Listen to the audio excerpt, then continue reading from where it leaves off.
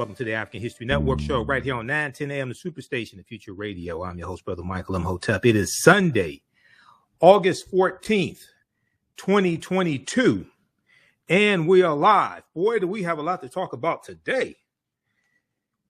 Calling numbers 313-778-7600, 313-778-7600 is the calling number if you have a question or comment. Well, I was on Roland Martin Unfiltered on Friday. Many of you saw me there. We talked among a number of different topics. We talked about FBI search warrant served to Mar-a-Lago this past Monday, August 8th, 2022, and the fallout from that and all the lies coming from the traitor-in-chief, Benedict Donald, and all the conspiracy theories coming from the right wing, coming from Republicans as well, and circling the wagon around Donald Trump. And then on Thursday, we got the news that among the documents that the that the FBI was looking for, among the documents that the FBI was looking for were documents pertaining to nuclear weapons. Okay. So we talked about this on Roland Martin Unfiltered. I'm gonna let you hear a couple of excerpts of that show. And then I was on Faraji Muhammad's show, The Culture, on Roland Martin's network, the Black Star Media Network. I was on I made my debut on Faraji Muhammad's show this past Wednesday, August 10th. And we discussed that as well. And I dealt with a lot of history. I was on Faraji. I was actually, let me rephrase that. I was on as Faraji Muhammad's co-host. They had me on as his co-host. Okay. And I was on for 2 hours. So 2 weeks ago, you all here on 9:10 a.m. the Superstation heard me as Reverend Al Sharpton's co-host on Keeping It Real. He had me on for 2 hours on his show 2 Wednesdays ago. And then Faraji Muhammad had me on his show for 2 hours on Wednesday as well. So I'm moving on up. Okay. I'm moving on up. Now we're going to see where I move to, but but I'm moving on up. So things are happening. We try to make things happen and keep the bills paid at the same time. But we talked about this a lot on Faraji Muhammad's show. So I have a great segment I want to share with you dealing with that. We talked about Trump and Mar-a-Lago, and on Faraji's show as well as Roland Martin Unfiltered, I talked about a lot of history as well, because I'm not just a radio talk show host, but I'm also a historian as well. Okay. So we're going to deal with some of those topics. Now, also Breonna Taylor, on last Sunday's show, we talked about Breonna Taylor, and we talked about the Department of Justice indicting 4 officers in Kentucky in her killing for Louisville, Kentucky, in the killing of Breonna Taylor that took place in March 2020, right? So we got the news. We got the news this past week. I think it was Thursday or Friday. There was an article from the Washington Post. We talked about this on Roland Martin Unfiltered also. One of the officers who's accused of falsifying the search warrant, okay, or arrest warrant. One of the officers who is search warrant. I had it right the first time. Search warrant. Officer Goodlett, Kelly Goodlett, okay, white female. Her attorney says she's going to plead guilty in this federal case. She's going to be the first officer to plead guilty, and she is believed that she is going to become a witness for the prosecution. The first one who admits guilt and speaks and gets a plea, they get the best deal. That's what's happening. That's good news there, because you have accountability. It took 874 days for an indictment to happen. It took 874 days for an indictment to happen, but you have some accountability coming in the killing of Breonna Taylor. All right. So we're going to talk about that on today's show as well. I have a great segment from Roland Martin Unfiltered, where we talked about this on Roland's show. Now, also, R. Kelly is back in the news. Okay. Kales, R. Kelly, I Believe I Can Fly. I bet he wishes he can fly right now.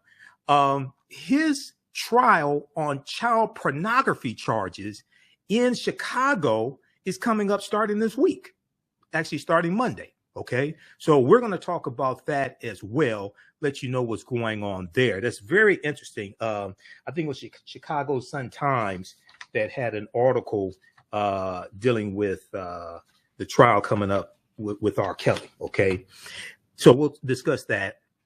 And then there was a very interesting article, and we talked about this some in my online class today, from the Civil War to the Civil Rights Movement and Black Power, 1865 to 1968.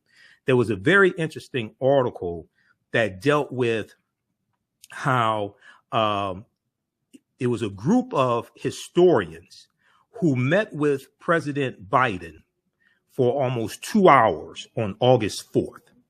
And these historians, and some of them you see on MSNBC, Michael Beschloff, as well as John Meacham, these historians are warning President Biden that democracy is teetering. And one of the references that they made is the period of time leading up to the U.S. Civil War. And this is something I've been talking about here on this show. I've been talking about on Roland Martin's show. I talked about it on Reverend Al Sharpton's show, Politics Nation.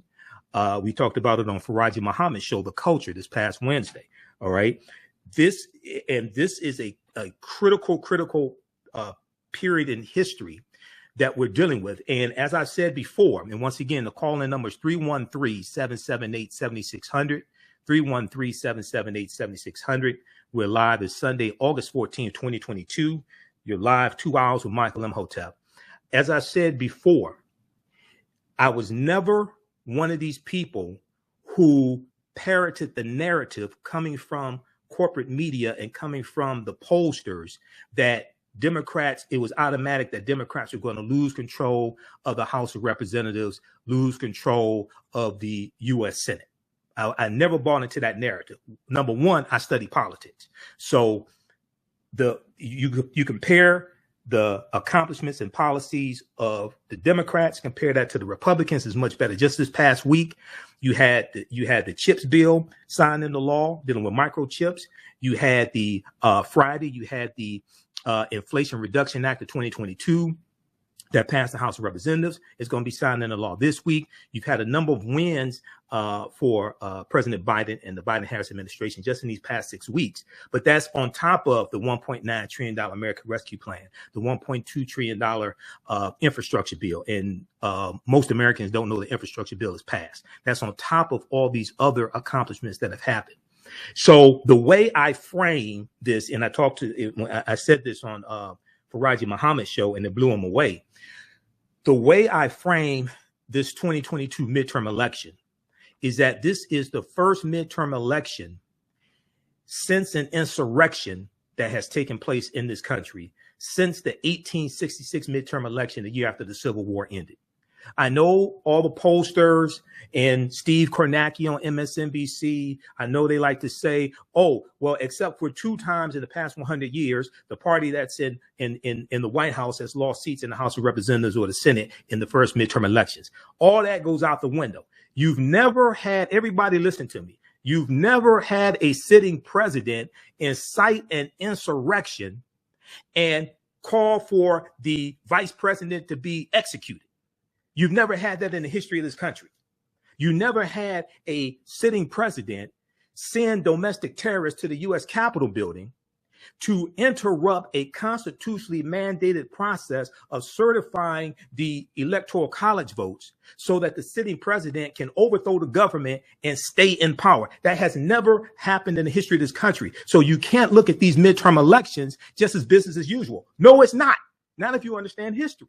It's not business as usual. And then when you look at the article, and we talked about this today in my Sunday online history class that I teach, from the Civil War to the Civil Rights Movement and Black Power, 1865 to 1968. So some of you watching were in today's class. We talked about this article here that came out Wednesday, August 10th. Historians privately warned Biden that America's democracy is teetering. Historians privately warned Biden that America's democracy is teetering. Well, he has enough sense to meet with historians. See, Trump doesn't have enough sense to do with that. Oh, he put together the 1776 Commission with their ahistorical account of history, then it's history. But Donald Trump doesn't have enough common sense to do something like this. When Biden with historians last week at the White House, they compared the threat facing America to the pre-Civil War era and to pro-fascist movements before World War II. We're going to talk about this later on in the show, okay? That's from August 10th, 2020. This is what I've been warning people about. This is exactly what I've been talking about, okay? All right, so we'll talk about that. We'll talk about R. Kelly. I got these new earbuds because I broke my other earbuds yesterday in class. So I got these keep popping out my ear. I got to buy some new earbuds. It never ends. And we're going to give you we'll review some of the things that we talked about in our online class this weekend. Ancient Kemet, the Moors, and the Ma'afa, understanding the transatlantic slave trade, what they didn't teach you in school, and from the Civil War to the Civil Rights Movement and Black Power, 1865 to 1968. Now, on the African History Network show, we focus on educating, empowering African descent throughout the diaspora and around the world, because right and wrong behavior, what you do for yourself, what you do to yourself, and what you allow other people to do to you and get away with is based upon what you think about yourself. What you think about yourself is based upon what you have been taught about yourself. What you've been taught about yourself is based upon everything you've read, heard, and seen about yourself. So when you control the radius of a man or woman's thoughts, you control the circumference of his or her actions, because the mind can't do or teach what it doesn't know. Now, we deal with a number of different topics here on the African History Network show. We deal with current events in history, politics, education, economic empowerment, entrepreneurship, love, sex, health issues, and much, much more, and relationships. Sometimes I keep forgetting relationships. It has a lot to do with what's going on in my life, but, and relationships. Okay. Long story. And much, much more. Sign up for our email newsletter. Text the word Kemet, K-E-M-E-T, the 22828 to sign up for our text the word Kemet, K-E-M-E-T, the 22828 to sign up for our email newsletter. Also visit our website, AfricanHistoryNetwork.com, AfricanHistoryNetwork.com. All right, calling number is 313-778-7600 is the calling number if you have a question or comment.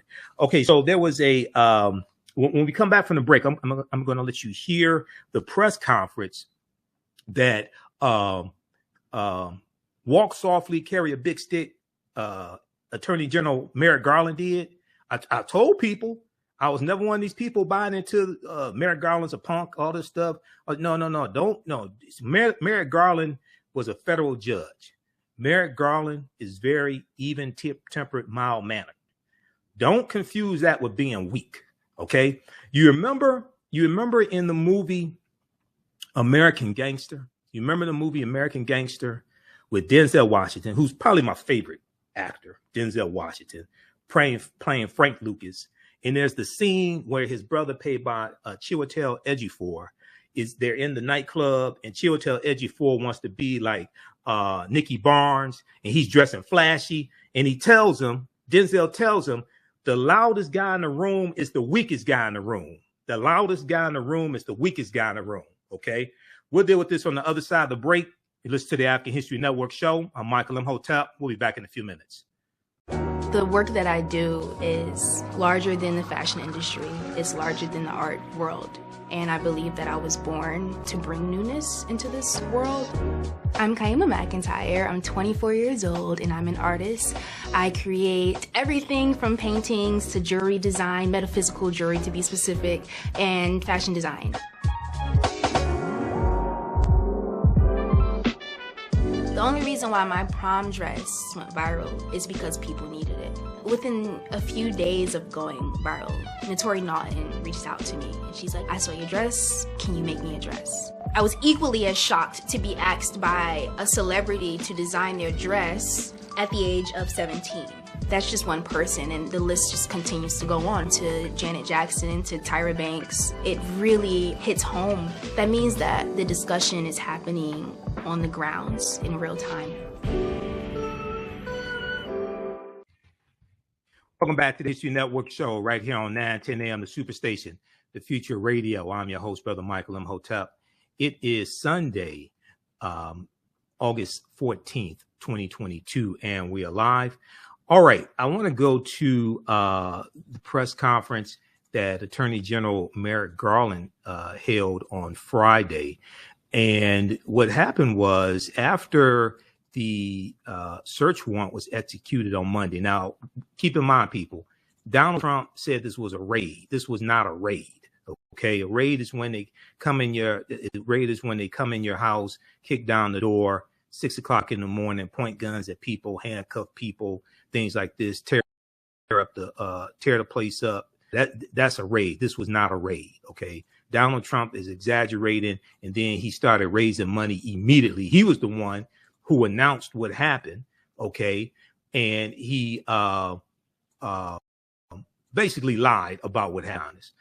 He basically lied about what happened. And he didn't talk about the fact that subpoenas were issued months ago. Okay. And there was still documents that he did not, classified documents that he did not turn over. Okay. So I want to go to this press conference here from, this took place on Friday, August 12th. Friday, August 12th, Attorney General Merrick Garland, who walks softly and carries a big stick, put the smack down on Donald Trump. And what he did was he filed a motion to have the search warrant unsealed so people can see what the search warrant was for. Let's go to clip number 1, Giovanni. Good afternoon. Since I became Attorney General, I have made clear that the Department of Justice will speak through its court filings and its work. Just now, the Justice Department has filed a motion in the Southern District of Florida to unseal a search warrant and property receipt relating to a court-approved search that the FBI conducted earlier this week. That search was of premises located in Florida belonging to the former president. The department did not make any public statements on the day of the search. The former president publicly confirmed the search that evening, as is his right. Copies of both the warrant and the FBI property receipt were provided on the day of the search to the former president's counsel, who was on site during the search. The search warrant was authorized by a federal court upon the required finding of probable cause. The property receipt is a document that federal law requires law enforcement agents to leave with the property owner. The department filed the motion to make public the warrant and receipt in light of the former president's public confirmation of the search, the surrounding circumstances, and the substantial public interest in this matter. Faithful adherence to the rule of law is the bedrock principle of the Justice Department and of our democracy. Upholding the rule of law means applying the law evenly, without fear or favor. Under my watch, that is precisely what the Justice Department is doing. All Americans are entitled to the even-handed application of the law, to due process of the law, and to the presumption of innocence.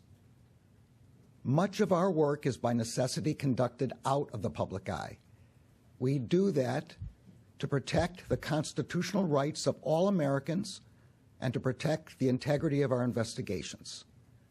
Federal law, long-standing department rules, and our ethical obligations prevent me from providing further details as to the basis of the search at this time. There are, however, certain points I want you to know. First, I personally approved the decision to seek a search warrant in this matter. Second, the department does not take such a decision lightly. Where possible, it is standard practice to seek less intrusive means as an alternative to a search and to narrowly scope any search that is undertaken. Third, let me address recent unfounded attacks on the professionalism of the FBI and Justice Department agents and prosecutors. I will not stand by silently when their integrity is unfairly attacked. The men and women of the FBI and the Justice Department are dedicated, patriotic public servants. Every day, they protect the American people from violent crime, terrorism, and other threats to their safety while safeguarding our civil rights. They do so at great personal sacrifice and risk to themselves. I am honored to work alongside them. This is all I can say right now. More information will be made available in the appropriate way and at the appropriate time. Thank you. Attorney General, the former president said this is... FBI agents? Thank you all for your questions. But as I said, this is all I can say at this time. All right. So that was Attorney General Merrick Garland putting the smackdown right there. And usually the Department of Justice does not make announcements about a search warrant like that. They only come out and make announcements once they have filed charges. Charges have not been filed here. Usually the Department of Justice doesn't do that. But because Donald Trump was calling for the search warrant to be unsealed, because you had conspiracy theorists floating around with nonsense. You had the guy who went and attacked the Cincinnati FBI field office. They shot and killed him. What would you think was going to happen? Okay. But because all this is going on, Attorney General, so I don't think Trump and his attorneys thought Attorney General Merrick Garland was going to file a motion to unseal the search warrant, but he did. This is what happens. Donald Trump is going to learn that fat meat is greasy. Okay. Now, if we look at this article here from the Wall Street Journal, and, you know, for $39.99, because I had a subscription to the Wall Street Journal before, and it was after the introductory rate, it went up to $39 a month. I'm not paying Rupert Murdoch $39 a month for the Wall Street Journal, but they had a special offer, $8 a month. And when this article came out, because I went to go read it as soon as this article came out on, it came out Friday. So I said $8 a month. I'll pay Rupert Murdoch, because Rupert Murdoch owns the Fox News channel as well. Okay. And he owns the New York Post, the right wing New York Post that prints a whole lot of conspiracy theories. That's Rupert Murdoch. But anyway, this article here from the Wall Street Journal. FBI recovered 11 sets of classified documents in Trump search inventory shows. FBI recovered 11 sets of documents in Trump search inventory shows. And some of the documents are classified as top secret, sensitive, compartmented info. Okay. Sensitive compartmented info. Now, when you go through and read this, when you have something that's top secret, sensitive compartment info, that's higher than regular top secret. And that information has to be stored properly in a SCIF. It can't be stored in a storage room at Mar-a-Lago. Okay. And when you review type of highly sensitive information, you review it in a self-contained room called a SCIF. You can't take in cell phones in there. You can't take pictures. You can't take recording devices, etc. All right. So FBI agents who searched former Donald Trump's Mar-a-Lago home on Monday removed 11 sets of classified documents, including some marked as top secret and meant to only be available in special government facilities. That's SCIF. Okay. Some of them meant to only be available in special government facilities, according to a search warrant released by a Florida court on Friday. Now, the FBI agents, the Federal Bureau of Investigation agents, FBI agents, took around 20 boxes of items, binders of photos, and a handwritten note, and the executive grant of clemency for Donald Trump's ally, Roger Stone, the dirty trickster Roger Stone. A list of items removed from the property shows. Also included in the list was information about the president of France, according to the 3-page list. The list is contained in a 7-page document that also includes the warrant to search the premises, which was granted by a federal magistrate judge in Florida. Okay. Now, so you have to understand, when you get a search warrant, the police have to go to a federal judge, the authorities, FBI, they have to go to a federal judge, present the evidence. They don't tell the judge who the target is, but they have to present the evidence, and the federal judge signs off on a search warrant. Okay. So you had the Department of Justice and the judicial branch of the federal government, a federal judge involved in this. Okay. This wasn't some, as they try to say on Fox News, you had Steve Scalise. minority whip Steve Scalise out of Louisiana. He was on Fox News, Fox and Friends, and he tried to insinuate it was some rogue FBI agents. No, this ain't no rogue FBI agents. No, you got a rogue former president. Get it straight, Steve.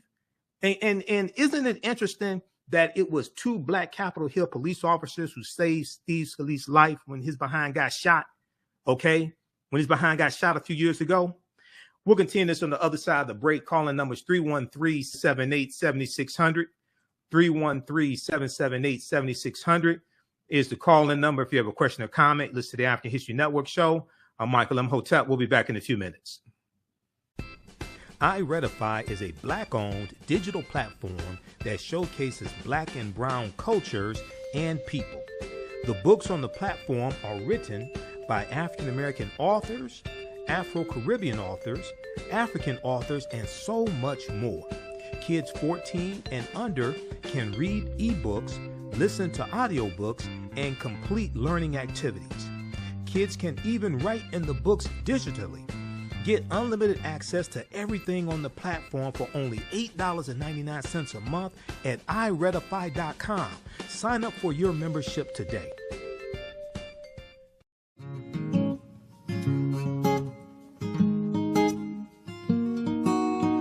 IDO Network International, in collaboration with STL Black Woman, DACA, and ACTA, present the Royal Pilgrimage to the Americas, August 24th through the 28th. The African kings and queens are coming to you for business, networking, and sharing of Pan-African ideals.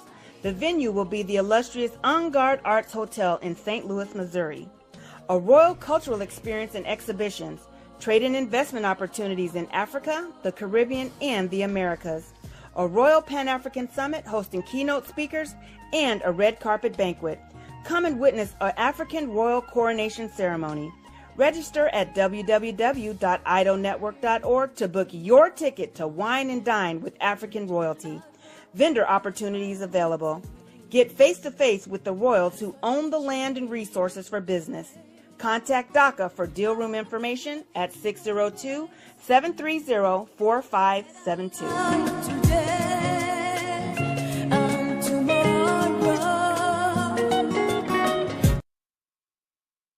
Welcome back to the African History Network show right here on 910 AM, the Superstation, the Future Radio. I'm your host, Brother Michael Imhotep. It is Sunday, August 14th, 2022. And we are live calling 1-3-778-7600. 313-778-7600 is the call-in number if you have a question or comment. Okay, I want to go back to this story here from the Wall Street Journal dealing with FBI recovered 11 sets of classified documents and Trump search inventory shows. Before we go back to that, hey, I want to remind you, you can register for the online history classes I teach on Saturdays and Sundays.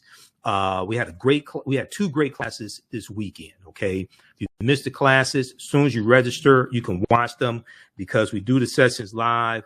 All the sessions are archived and recorded, and you can watch from around the world as well. On Saturdays, I teach ancient Kemet, the Moors, and the Ma'afa, understanding the transatlantic slave trade, what they didn't teach you in school. We deal with thousands of years of history and what leads up to the transatlantic slave trade taking place.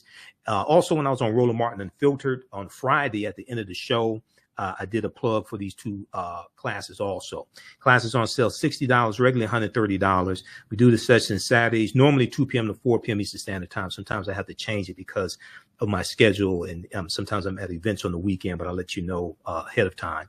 Then on Sundays, we teach from the Civil War to the Civil Rights Movement and Black Power, 1865 to 1968. Okay, same time, 2 p.m. to 4 p.m. Eastern Standard Time. We have the information right here on the homepage of our website. The classes are regularly $130. They're on sale $60 each. We have a bundle pack where you can register for both classes for only $100 for a very limited time only. You can use this information with your children as well. I would say the content is PG-13.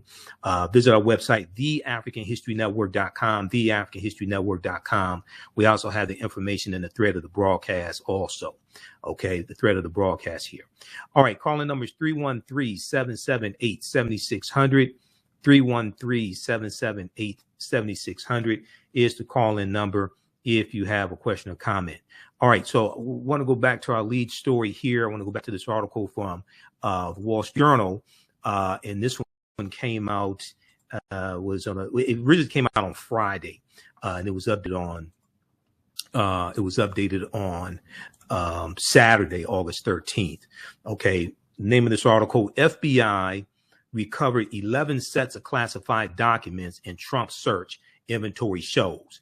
Trump allies claim the former president declassified the documents recovered from Mar-a-Lago. We're going to explain why that's a lie, because there's a process that you go through to declassify documents, number one. But number two, even if every document, the 15 boxes that were taken out a few months ago, and then the 20 boxes, around 20 boxes that they took out on Monday, even if all that was declassified, because of the Presidential Records Act, because of the Presidential Records Act of 1978, that stuff does not belong to the president.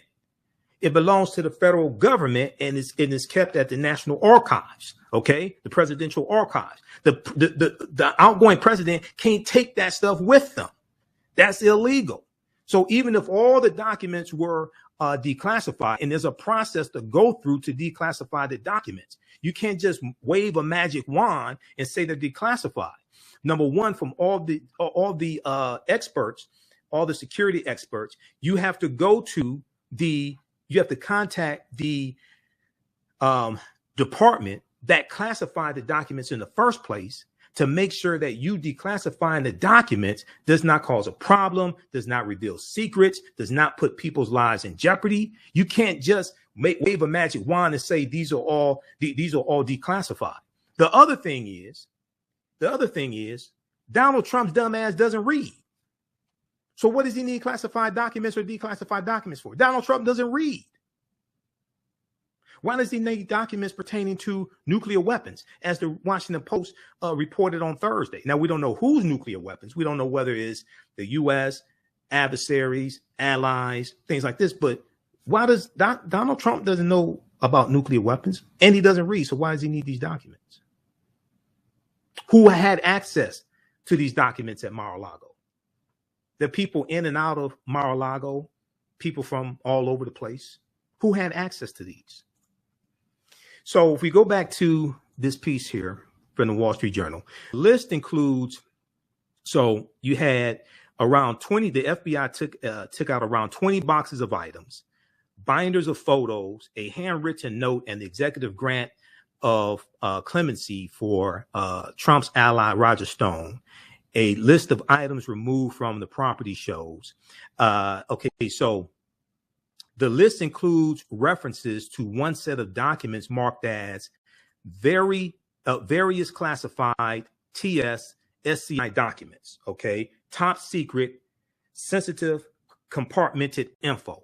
Top secret, sensitive, compartmented info. Okay, that's an abbreviation, refers to top secret, sensitive, compartmented info. It also, now, sensitive compartmented information, that's a higher classification than just regular classified document.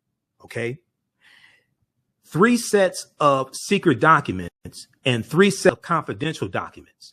The list did not provide any more details about the substance of the documents. Now, Donald Trump's lawyers argue that the former president used his authority to declassify the material before he left office. While a president has the power to declassify documents, there are federal regulations that lay out a process for doing so. Plus, there's underlying supporting documentation to prove that you declassify the documents, because the stamp that's on the documents gets changed from declassified, from classified to declassified. So where's the supporting documentation to prove that he declassified the documents? They're just lying. They're just throwing stuff out there. The narrative changes from day to day. They're just trying to throw this stuff out here to see what sticks. Because it was Friday that Donald Trump came out and said he declassified it. You didn't say that Monday when you sent out a letter to your database trying to raise money and claim that the FBI raided Mar-a-Lago. That wasn't a raid. They served a search warrant. We talked about this on Faraji Muhammad show on Roland Martin's network, the Black Star Media Network, and on Roland's Facebook fan page and YouTube channel. We talked about this. I was guest co-host on Wednesday. That was Wednesday, August 11th. And we discussed this with Faraji Muhammad. Let's go to clip number 2, Giovanni. Here to talk to us about this situation and to give us some context as to what we're looking at, and more importantly, what should we expect as we move this whole situation forward, is my brother Michael Imhotep. Brother Michael has been doing the great work of using his platform, as he is the host of the African History Show Network. And it's live on, the African History Network show that can be heard live on Sundays from 9 to 11 p.m. Eastern Standard Time on 9:10 a.m. WFDF. And he's also an educator as well as a contributor for Roland Martin Unfiltered, and just an all-around good brother. Brother Michael, thank you so much for joining me today here on The Culture, brother. Hey, thanks for having me, Brother Faraji. How you doing today? Oh man, I'm doing well considering the situation. So let's kind of break this thing down, man. Right. Because there are so many conversations, Brother Michael, about, is this the nail in the coffin of Trump? Is this the beginning of the end for the former president? Now, you and I, we've been on Brother Roland's show. We've talked about Trump many, many times. Sure. But this whole situation feels a lot different. You know what I mean? Absolutely. It absolutely is a lot different. It feels a lot different. They used to call him Teflon Don. I remember that name. That stuck with him for years, Brother Michael, calling him Teflon Don. Because there were so many allegations and accusations, and yet nothing would seem to stick. However, this feels different. Not only with that, like I mentioned, the subpoena that the president was given months ago to ask for those documents, he didn't fully adhere to that subpoena. And then he got this investigation happening in New York State with the state's attorney, Letitia James, our sister up there, around the attorney general there, around his business practices for the Trump organization. What is going on? Well, what's happening is this stuff is really catching up with Trump, and he's getting hit from all different directions at the same time. And this is what I said was going to happen. I said,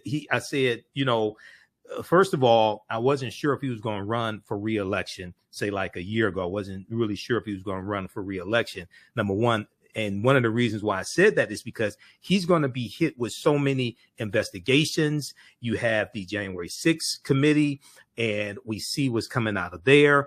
And then also you have the Department of Justice doing their investigation as well, which goes even beyond the January 6th committee. You have the subpoena and these classified documents. Now, we found out back during earlier this year, back around February or so, about 15 boxes of classified documents that Donald Trump had in Mar-a-Lago. And they were recovered, but we didn't know that there were still documents that were classified that were not recovered. So we found out that, number one, there's an article from NBC News, NBCnews.com from August 9th, which would have been Tuesday, August 9th, 2022. Trump's legal team was in talks with DOJ this spring over records stored at Mar-a-Lago, attorney says. And this goes back to talks between Trump's legal team and the Department of Justice as recently as early June 2022 over these documents. And then we see the reporting from the New York Times today: subpoena preceded search warrant in push to retrieve material from Trump. So, and it was suspected by legal analysts and scholars that the search warrant was, number one, the last resort, because they could not get these classified documents through other means, through a subpoena. Okay. Number one. Number two, it's suspected that these classified documents must be very, very important, very, very sensitive, because there's never been an FBI serving a search warrant on a former president's house. This is unprecedented, okay? And also it's important to understand, and a lot of legal analysts have said this, as well as attorney Demario Solomon Simmons on Roland Martin Unfiltered a couple of days ago. He said this was not a raid that was conducted on Mar-a-Lago. This was the FBI serving a search warrant. Okay. A raid is when they come in 6 o'clock in the morning, kick down your door, ransack your house, things like this. Okay. This was not a raid. That's the language Donald Trump used to draw sympathy, because he's fundraising on this. Okay. But right. Yeah, but there's a lot more that's going to be coming, because this, as far as we know right now, this search warrant is not connected to the January 6, 2021 insurrection. As far as we know right now, there's still going to be more coming from the DOJ dealing with the January 6 investigation as well. So it's a whole lot coming. We're going to have some very busy news cycles coming. Okay, pause it right there, Giovanni. Okay, we're going to pick this up on the other side of the break. We'll pick this up on the other side of the break. Thanks, Giovanni. You listen to the African History Network show right here on 910 AM Superstation, the Future Radio. Calling numbers 313-778-7600, 313-778-7600. I'm Michael Imhotep. We'll be back in a few minutes.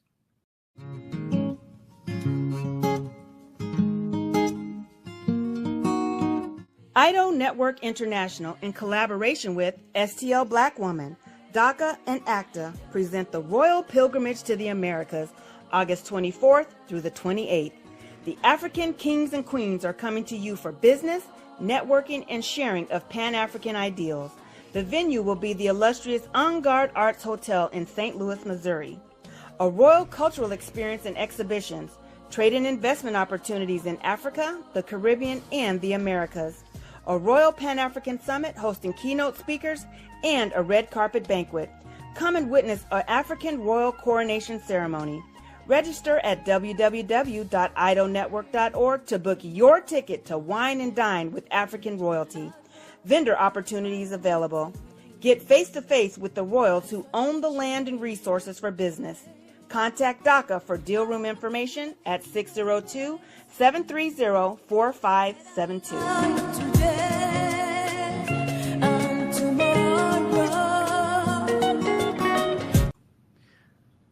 Welcome back to the African History Network show right here on 910 AM Superstation. I'm your host, Brother Michael Imhotep. All right, that was a short break. Okay. Wasn't expecting that, but that's fine. Okay, in just a second, we'll go back to that clip from The Culture with Faraji Muhammad. And then in the second hour, I'll play the excerpt from Roland Martin Unfiltered when I was on Roland's show Friday. But I want to talk about this article here from the New York Times from August 12th, 2022, because Friday, Donald Trump came out and said that he declassified all of the documents, okay, the 15 boxes of documents that the FBI took in early in the year, because there was a subpoena. There was a piece from the New York Times: subpoena preceded search warrant and push to retrieve material from Trump. So we'll bring up that article because I have a ton of information on this. This has been an evolving story. All right. But there was a subpoena that was issued earlier in the year, and there were boxes taken out from Mar-a-Lago in around February of this year, February or March or so of this year. Okay, so and they tried to get the remaining documents by a subpoena, and they couldn't get all of them. A Trump attorney signed off in June saying that you have all the classified documents. Apparently not. If we look at this piece from Charlie Savage from the New York Times, August 12, 2022, Trump claims he declassified all the documents in Mar-a-Lago. Even if that's true, it probably doesn't matter. No, it doesn't matter. Okay. Former President Donald Trump claimed on Friday that before leaving office, he declassified all the documents the FBI found in this week's search of his Florida residence that agents described as classified in a list of what they seized. Now, if Donald Trump declassified all these documents before he left the White House, why didn't he say on Monday? Why didn't he say that on Tuesday? Why didn't he say that on Wednesday? Why didn't he say that on Thursday? He manufactures this excuse on Friday. Why didn't he say that on Monday when he that the FBI raided Mar-a-Lago? Why didn't he say that then? Because it's not true. That's why. Quote, Trump said in a statement, it was all declassified. Now, the claim echoed an assertion in May of 2022. The claim echoed an assertion in May of 2022 by Kash Patel, a former Trump administration official and a major supporter of Donald Trump, after the National Archives, the U.S. National Archives, found materials marked classified in boxes of documents it removed from Trump's Mar-a-Lago club and estate. He asserted that Donald Trump had deemed those files declassified shortly before leaving office, but that the markings had not been removed from them. Okay, but you're supposed to consult with the agency that classified the documents as classified in the first place, and the level of classification of top secret or whether it's sensitive compartmented info, because you got to make sure that you declassifying it does not put national security at risk, does not put people's lives at risk, etc. You just can't wave a magic wand. You know, in the movie Men in Black, and they have that shiny flashy thing and they flash it and then it erases memory. You don't have one of those as president to just magically declassify stuff. Donald Trump has offered no details, but he is saying he made a blanket oral invocation that all the files he took to Mar-a-Lago were unclassified, without making any formal written record that would be difficult to prove or disprove. That's not how you declassify stuff. That's not how you declassify things. And even if everything was declassified, based upon the Presidential Records Act of 1978, you still can't take it with you. It doesn't belong to the president, so you're still wrong.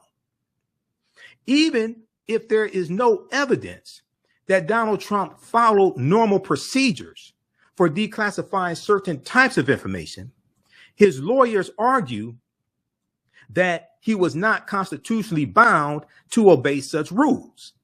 You would think a former president would want to ensure that they don't violate national security. You know, you want to make sure that you would think that a former president would want to make sure that classified documents, right, don't fall into the wrong people's hands, that they're secured properly. So what they're not asking on Fox News, most of them on Fox News are not asking, why did he take these documents in the first place? Why did he take these documents in the first place? If there's information about nuclear weapons, what does Trump need with that? Or does somebody else like Vladimir Putin need that information? But in any case, such a claim would not settle the matter. For one thing, two of the laws that a search warrant executed at Mar-a-Lago this week referred to, sections 1519 and section 2071 of Title 18 of the United States Code. This is federal law, United States Federal Code, sections 1519 and 2071, make the taking or concealment of government records a crime, regardless of whether they had anything to do with national security. So Trump conjures up this lie on Friday, but I don't know who he bounces this lie off with. Bounces, because you're still wrong. And it's still a violation of federal law. United States Code sections 1519 and 2071. They make the taking or concealment of government records a crime, regardless of whether they had anything to do with national security.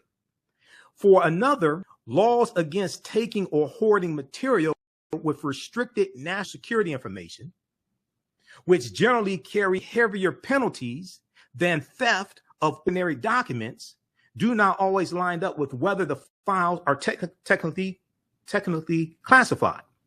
That is because some criminal laws enacted by Congress to protect certain national security information operates separately from the executive branch's system of classifying documents created by presidents using executive orders as confidential, secret, or top secret. Okay, so these are the three classifications of like classified documents: confidential, secret, or top secret. So what they're saying is that this came out like Friday. He could be in violation of the espionage. Trump can be in violation of the Espionage Act.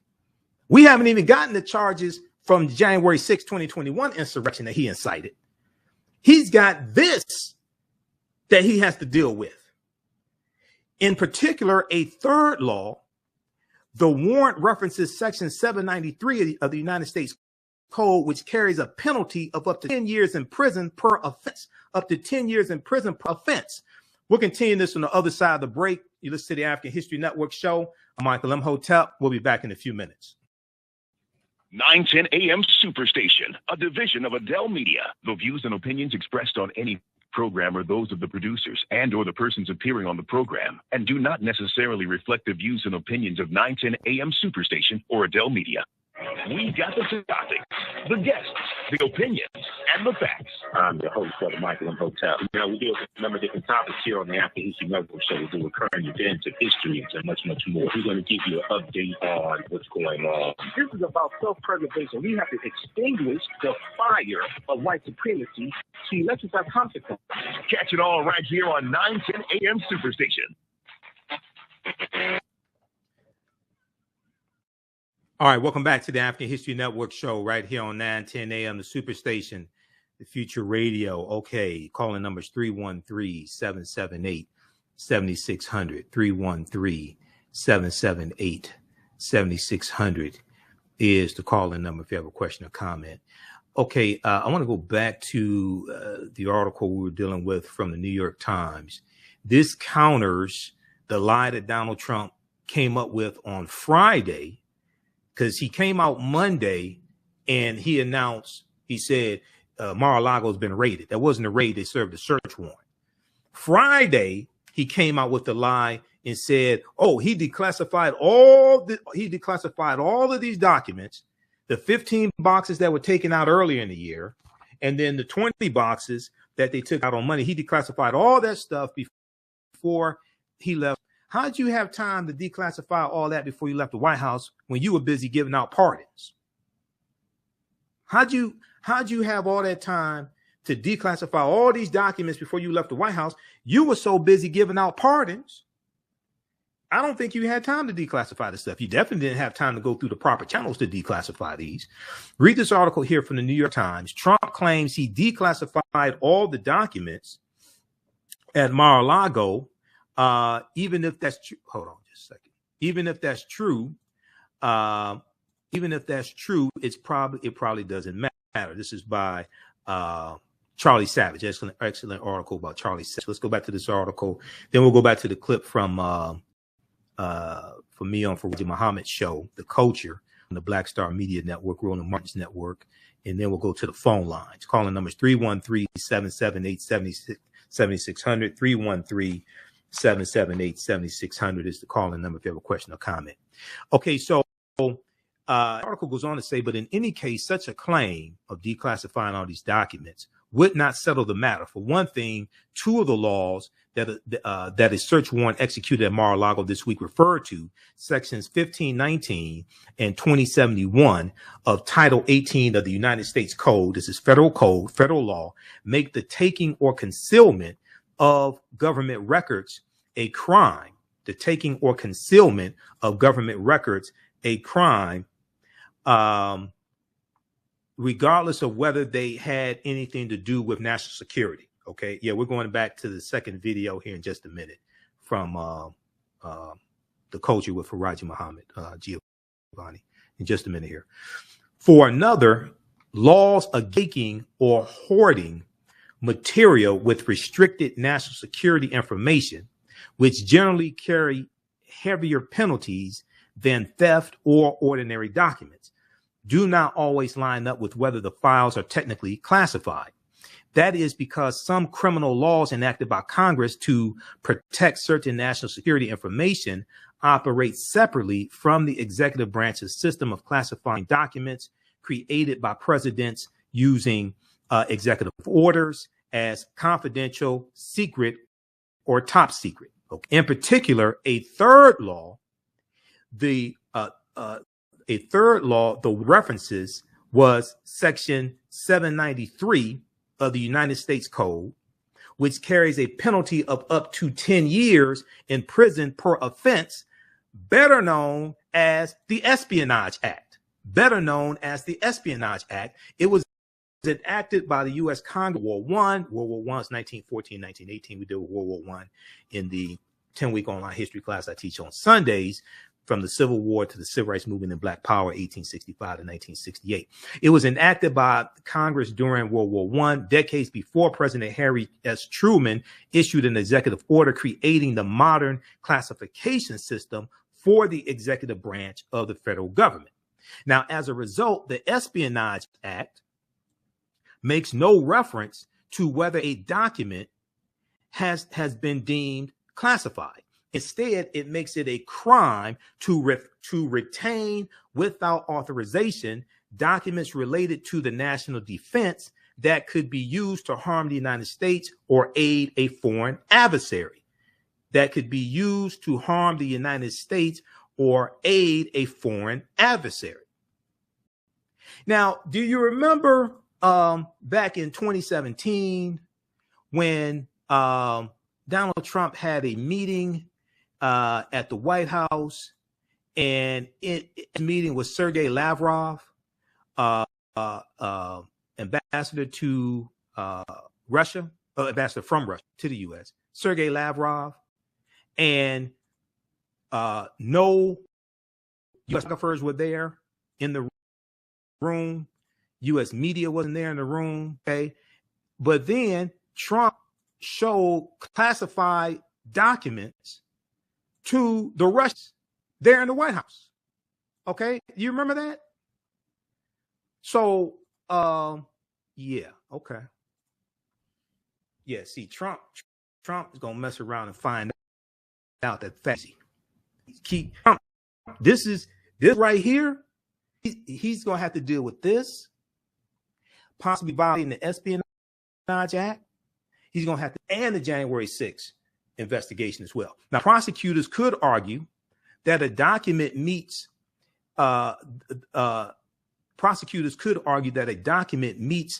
act's standard, regardless of whether Donald Trump had pronounced it unclassified shortly before leaving office. By the same token, defense lawyers could argue that it fell short of the standard regardless of how it had been marked. But the problem is, because of the Presidential Records Act in 1978, that stuff doesn't belong to the president. He can't take it with him. He can't take it with him, period. Belongs to the federal government. So any way you slice this, he's still wrong. Any way you slice this, he's still wrong. Okay, I want to go back to this segment here. We talked about this on The Culture with Faraji Muhammad on the Black Star Media Network. I was a co-host. I was on for 2 hours on Faraji's show on Wednesday, this past Wednesday, August 11th, or August 10th, Wednesday, August 10th. Let's go back to this clip, Giovanni. Hey, look, hey, brother Michael, here's the crazy thing about this situation. Like, it's all coming now. Mm-hmm. You know what I'm saying? It's like, hitting it's at the same time. It's same time, bro. And when you look at how the former president moves, right? Like, he can handle one at a time. You know, I mean, let me tell you, he must be spending, money over money in lawyers to handle all of the investigation. And these aren't just like petty beefs. This is like the federal government. The Republican National Committee is paying his legal fees. He got them to pay his legal fees. So they're paying his legal fees. And, once again, he's strong-arming them.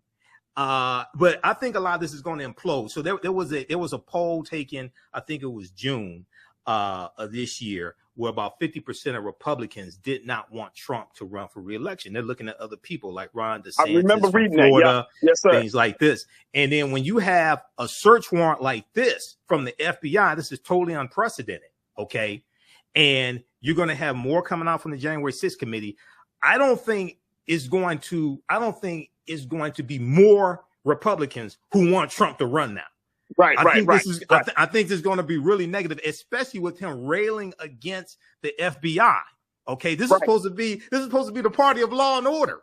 Okay, they back the blue until the coup. They back the blue until the coup. So you can't be the party of law and order. Then you're coming out against the FBI. But then this morning on Morning Joe, if you can get this clip, if Roland can get this clip, man, play this on your show. This morning on Morning Joe, they showed a montage of commentary from Fox News from when you had the Hillary Clinton email scandal. And all these people on Fox News, were saying that the FBI needs to investigate, they need to do search warrants, all this stuff. They were calling for the FBI to go after Hillary Clinton. Okay. Let me add to that. Yep. the big piece that was circulating on Twitter was Mike Pence's Twitter tweet where he praised the FBI. Right. And he tagged real Donald Trump at that time. He tagged him and said, "We thank the FBI, we commend the FBI for looking into this situation." He praised the institution. Right. Now you're talking about you're deeply concerned. This is crazy. And the FBI director was nominated by Donald Trump, Christopher Wray. The FBI director was nominated by Donald Trump. Okay, so now you have these commentators on Coup Plotter TV. You have them now railing against the FBI after he did not turn over all the classified documents. And it's important for people to understand the 1978 Presidential Records Act. Okay, all those documents, even if Trump declassified them before he left the office, they don't belong to him. They belong to the public. He cannot keep those documents. He has to turn them over so they can be properly preserved. So even if he declassified all the documents, which would be problematic, because there's supposed to be a process as you go through to determine. You're supposed to get like some advice on whether you should declassify this or not. Okay, but even if he did declassify all the documents, they don't belong to him. He can't keep them. So he's still in violation of the Presidential Records Act of 1978. Hey, pause it right there, Giovanni, for me. Pause it right there, okay? All right. We're going to go to the phone lines here just 1 second. I just want to show you the title of this one here, and we'll deal with this after we go to the phone lines. This article right here from the New York Times also. So keep in mind, I read New York Times, Washington Post every day. I monitor about 35 different news sources on a daily basis, right? Trump lawyer told Justice Department that classified material had been returned. Trump lawyer told Justice Department that classified material had been returned. The lawyer signed a statement in June of 2022 that all documents marked as classified and held in boxes in storage at Mar-a-Lago had been given back because the FBI came early in the year to collect. They got 15 boxes of classified documents. The search at the former president's home on Monday turned up more. So the attorney was wrong. Apparently the attorney was wrong. Somebody ain't telling the truth. This was August 13th, Saturday, August 13th, 2022. Okay. At least one lawyer for former President Donald Trump signed a written statement in June 2022 asserting that all material marked as classified and held in boxes in a storage area at Donald Trump's Mar-a-Lago residence and club had been returned to the government for people with knowledge of the dossier. So why didn't Donald Trump back in June say, hey, I declassified everything. I waved a magic wand. I declassified everything. The written declaration was made after a visit on June 3rd to Mar-a-Lago, okay, by J.I. Bratt, B-R-A-T-T, the top counterintelligence official in the Justice Department's National Security Division. The existence of the signed declaration, which has not previously been reported. This is why I do this research, because I've been following this every day. We talked about it between Wednesday and Friday. So much stuff happened between Wednesday and Friday. I've been following this every day, all day. The existence of the signed declaration, which has not previously been reported, is a possible indication that Donald Trump or his team were not fully forthcoming with federal investigators about the material. Uh-oh. And it could help explain why a potential violation of a criminal statute related to obstruction of justice was cited by the Department of Justice as one base for seeking the warrant used to carry out the day-long search of Donald Trump's home on Monday, an extraordinary step that generated political shockwaves. This is never, the FBI has never served a search warrant at a sitting president or former president's residence. Stuff like that doesn't happen, except when you got a criminal